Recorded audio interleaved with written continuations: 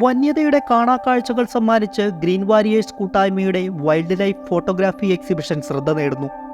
കാനന സൗന്ദര്യത്തിന്റെ മടിത്തട്ടിൽ വിഹരിക്കുന്ന വന്യജീവികളുടെ അപൂർവ ദൃശ്യവിരുന്നൊരുക്കുന്നതാണ് തൃശൂർ ലളിതകലാ അക്കാദമിയിൽ ഒരുക്കിയിരിക്കുന്ന വന്യ എന്ന വൈൽഡ് ലൈഫ് ഫോട്ടോഗ്രാഫി പ്രദർശനം. പൂമ്പാറ്റ മുതൽ ആനയും സിംഹവും രാജവെമ്പാലയുമൊക്കെ അധിവസിക്കുന്ന ജന്തുലോകത്തെ മികവുറ്റ ഫ്രെയിമുകളിലൂടെ പകർത്തിയിരിക്കുകയാണ് ഓരോ ചിത്രങ്ങളിലും. ഇതുവരെ ആർക്കും പകർത്താനാകാത്ത നിമിഷങ്ങളെ ഓരോ ഫോട്ടോഗ്രാഫർമാരും പ്രകൃതിയുടെ ക്യാൻവാസിൽ ഒന്നിനൊന്ന് മുന്നിട്ട് നിൽക്കുന്ന രീതിയിലാണ് പകർത്തിയിരിക്കുന്നത്.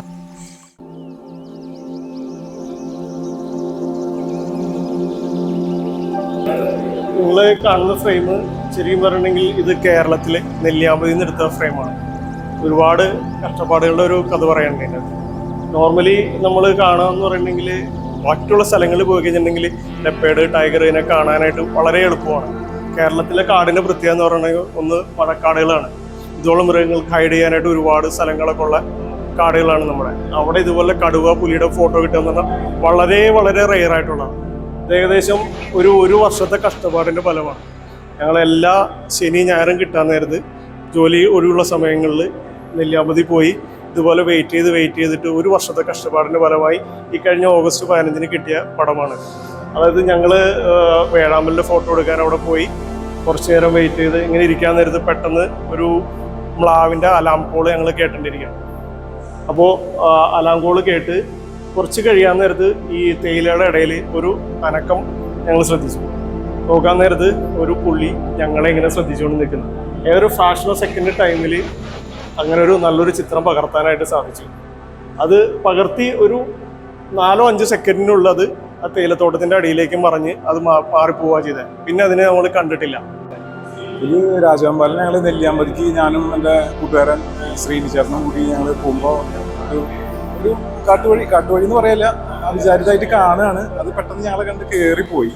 അത് കഴിഞ്ഞ് ഞങ്ങൾ അവിടെ വെയിറ്റ് ചെയ്ത് കുറച്ച് നേരം ഒരു അരമണിക്കൂർ വെയിറ്റ് ചെയ്ത് പിന്നെ അത് പുറത്തേക്ക് വന്ന് ഞങ്ങൾ പെട്ടെന്ന് കാറിൽ നിന്ന് ഇറങ്ങിയപ്പോഴാണ് ഇങ്ങനെ ഹെഡ് ഓൺ ചെയ്തിരുന്ന ഒരു പടം കിട്ടിയത്. അപ്പോൾ അത് അപ്പം എന്നെ ക്ലിക്ക് ചെയ്ത് പിന്നെ അപ്പനെ ഭയങ്കര ഷൈ ആയിരുന്നു. അപ്പം അത് കാട്ടിലേക്ക് കയറിപ്പോയി. ഇത് ആഫ്രിക്കയിലെ കെനിയയിലെ മസായി മാര എന്ന് പറഞ്ഞ സ്ഥലത്തിനെടുത്തൊരു ഫോട്ടോ ആണ്. അപ്പോൾ ഞങ്ങളുടെ 2ാമത്തെ ദിവസമായിരുന്നു. രാവിലെ ഒരു 5 മണിക്ക് തന്നെ നമ്മൾ സഫാരിക്ക് പോകും. ആ സൺറൈസ് കിട്ടാൻ വേണ്ടിയിട്ട് നേരത്തെ പോയി കഴിഞ്ഞാൽ മാത്രമേ കാണൂ. അപ്പോൾ ഞങ്ങൾ പോയിക്കൊണ്ടിരിക്കുന്ന സമയത്ത് ഒരു കൂട്ടം ജിറാഫിനെ കാണുന്നു. അപ്പോൾ അതിൽ 2 ജിറാഫ് ഫൈറ്റ് ചെയ്യുകയാണ്. ഇവരുടെ ഫൈറ്റ് എന്ന് വെച്ചാൽ രണ്ടുപേരും കഴുത്ത് അങ്ങോട്ടും ഇങ്ങോട്ടും അടിക്കുകയാണ് ചെയ്യുക. രണ്ടുപേരും 2 കഴുത്തും കൂടി അടിക്കുകയാണ് ചെയ്യുക. അപ്പോൾ ഞങ്ങൾ കാണുന്ന സമയത്ത് ഇവർ രണ്ടുപേരും അങ്ങനെ ഫൈറ്റ് ചെയ്യുന്നുണ്ട്. അപ്പോൾ വണ്ടി മൂവ് ചെയ്തുകൊണ്ടിരിക്കുകയാണ്. ഞങ്ങൾ ശരിക്കും വണ്ടി നിർത്താനുള്ള പ്ലാൻ ഉണ്ടായില്ല. കഴിഞ്ഞ ദിവസം തന്നെ അതുപോലത്തെ ഫോട്ടോസ് എടുത്തു. പക്ഷെ അന്നേരമായിരുന്നു ഈ ചന്ദ്രൻ്റെ ഒരു കഥ ഞങ്ങൾ ശ്രദ്ധിച്ചത്. കാരണം സൺറൈസ്, സൂര്യൻ ഉദിച്ചു വരുന്ന സമയം, അതേപോലെ മുകളിൽ ചന്ദ്രക്കല.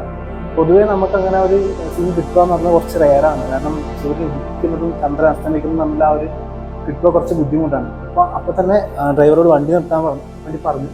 വണ്ടി എടുക്കുന്ന സമയത്ത് നമുക്ക് ഈ ഒരു പോർഷൻ മാത്രമേ കിട്ടുള്ളൂ. കാരണം ബാക്കി ഭാഗം ലാൻഡ് കവറായി ഈ ഒരു പ്ലെയിൻ നമുക്ക് കിട്ടില്ല, അതിൻ്റെ കാൽഭാഗം നമുക്ക് കിട്ടില്ല. അപ്പോൾ വണ്ടിയിൽ നിന്ന് ഇറങ്ങാനുള്ള പെർമിഷൻ എടുത്തു. വണ്ടിയിൽ നിന്ന് പുറത്തിറങ്ങിയ ശേഷം ആ ആഫ്രിക്കയിലെ മണ്ണിൽ തന്നെ കിടന്നുകൊണ്ട് എടുത്തൊരു ഫോട്ടോ ആണ്. അപ്പോൾ അവിടെ കിടക്കുക എന്ന് പറയുന്നത് അത്ര എന്താ പറയുക എളുപ്പമുള്ള കാര്യമല്ല. കാരണം ഞങ്ങൾക്കറിയാം സിംഹങ്ങളും പുലിയും അങ്ങനെയുള്ള ബാക്കിയുള്ള മൃഗങ്ങളൊക്കെ ഉണ്ടാവും. അപ്പോൾ അത്രയ്ക്ക് ചുറ്റുപാടും വീക്ഷിച്ച് നമ്മുടെ ഡ്രൈവറായാലും ഗൈഡായാലും കംപ്ലീറ്റ് സറൗണ്ടിങ് ഒക്കെ നോക്കി ത്രെട്ടനിങ് ആയിട്ടുള്ള ഒന്നുമില്ല, അതായത് സിംഹം, പുലി അങ്ങനത്തെ ജീവികളൊന്നും ആ ഭാഗത്ത് ഇല്ല എന്ന് ഉറപ്പുവരുത്തിയ ശേഷമാണ് ഞങ്ങൾ വണ്ടിയിൽ നിന്ന് ഇറങ്ങിക്കോളാൻ പറഞ്ഞത്. അങ്ങനെ വണ്ടിയിൽ നിന്ന് ഇറങ്ങി നിലത്ത് കിടന്ന് എടുത്തൊരു ഫോട്ടോ ആണ്. അപ്പോൾ അവർ ഗോൾഡൻ ലൈറ്റ്, അതുപോലെ മുകളിൽ ചന്ദ്രക്കല, ആ ഒരു ഫ്രെയിമിന് അത് കുറച്ച് വെറൈറ്റി ആയിരുന്നു. ഇത് എന്ന് പറയുന്നത് ലഗ്ഗീസ് ഹോക്കികളാണ്. വലിയ കിന്നരി പരുന്ത് എന്ന് പറയും. വെസ്റ്റേൺ ഗാർഡ്സിൽ കാണുന്ന ഏറ്റവും വലിയ പരുന്തുകളിൽ ഒരു പരുന്താണ്. ഭയങ്കര പവർഫുൾ ആണ് പുള്ളി. ഭയങ്കര പവർഫുൾ എന്ന് വെച്ചാൽ നമുക്കിത് കാണുമ്പോൾ അത്ര വലിയ സംഭവമായിട്ട് തോന്നില്ല. പക്ഷെ ഇതിൻ്റെ കയ്യിലിരിക്കുന്നത് ഒരു മലയണ്ണാനാണ്. ഈ മലയണ്ണാൻ്റെ ബോഡിയുടെ വലിപ്പം ഇതിൻ്റെ കയ്യിലുണ്ട്. അപ്പോൾ അതിൻ്റെ കാലുകളുടെ വലിപ്പം എന്ന് പറയുന്നത് എൻ്റെ കയ്യിൻ്റെ വലിപ്പമൊക്കെ കഷ്ടിച്ചിട്ടുള്ളതും നല്ല ആരോഗ്യവാനുമാണ് പുള്ളി. എത്ര വലിയ ഇതിനും വേണമെങ്കിൽ ആൾ കീഴ്പ്പെടുത്തും. ഇപ്പോൾ എന്താ പറയുക, നമ്മുടെ ഈ ഉടുമ്പിനൊക്കെ പിടിച്ചിരിക്കുന്ന പടങ്ങളൊക്കെ ഞാൻ കണ്ടിട്ടുണ്ട്. ഇത് നെല്ലിയാമ്പതിയിൽ നിന്ന് എടുത്ത ഫോട്ടോ ആണ്.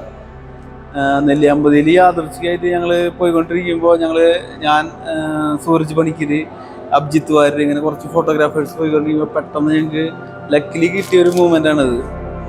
ഇതിന് മറ്റേ കേരള ഫോറസ്റ്റ് പ്രൊട്ടക്റ്റീവ് സ്റ്റാഫ് അസോസിയേഷൻ്റെ സംസ്ഥാന സമ്മേളനത്തിൻ്റെ ഭാഗമായി നടന്ന ഒരു ഫോട്ടോഗ്രാഫി കോമ്പറ്റീഷനിൽ ഒരു കൺസിഡറേഷൻ പ്രൈസും കിട്ടിയിട്ടുണ്ട്.